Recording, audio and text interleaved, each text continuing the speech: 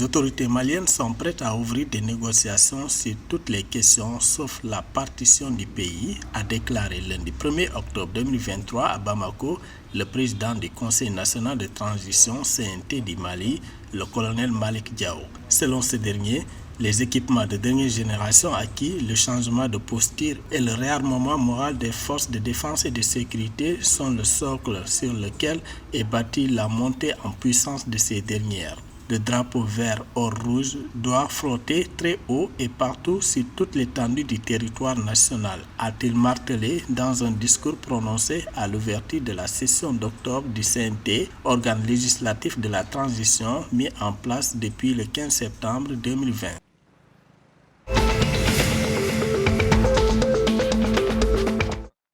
Le président de la Mauritanie, Mohamed Ould Ghazouani, a déclaré que la Mauritanie n'accueillera pas les forces françaises retirées du Niger. Dans une déclaration aux médias le 1er octobre 2023, le chef de l'État a évoqué la question de l'éventuel accueil par son pays des militaires français qui quitteraient le Niger dans quelques mois. Selon lui, il n'y a pas de raison pour que l'armée française vienne dans son pays alors même que la Mauritanie est épargnée par le terrorisme. À l'en croire, la Mauritanie ne paraît pas, ni stratégiquement ni géographiquement, le meilleur pays pour accueillir des soldats dédiés à la lutte contre le terrorisme au Sahel.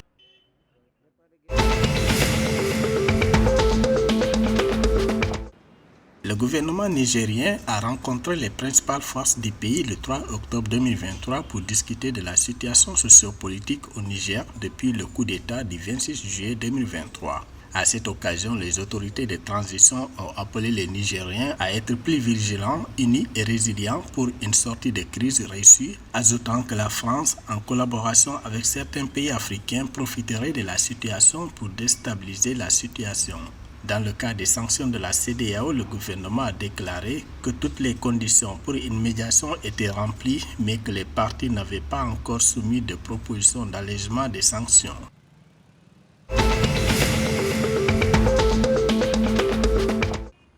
Au Bénin, la 4e édition du mois du consommé local dédié au mois d'octobre et visant à promouvoir les produits locaux a été lancée à Cotonou, la capitale béninoise, le 4 octobre 2023, selon le ministère béninois de l'Industrie et du Commerce. Il s'agit d'une initiative soutenue par l'Union monétaire des États de l'Afrique de l'Ouest, UEMOA, qui constate que les habitudes de consommation au sein des pays d'Afrique de l'Ouest sont de plus en plus tournées vers l'extérieur, malgré les efforts visant à promouvoir les ressources nationales à travers la transformation locale des produits. Plusieurs événements sont prévus courant octobre pour sensibiliser tous les Béninois à l'adoption et à la promotion de la production locale en matière d'habitat, d'alimentation et d'habillement et à accroître la fierté nationale.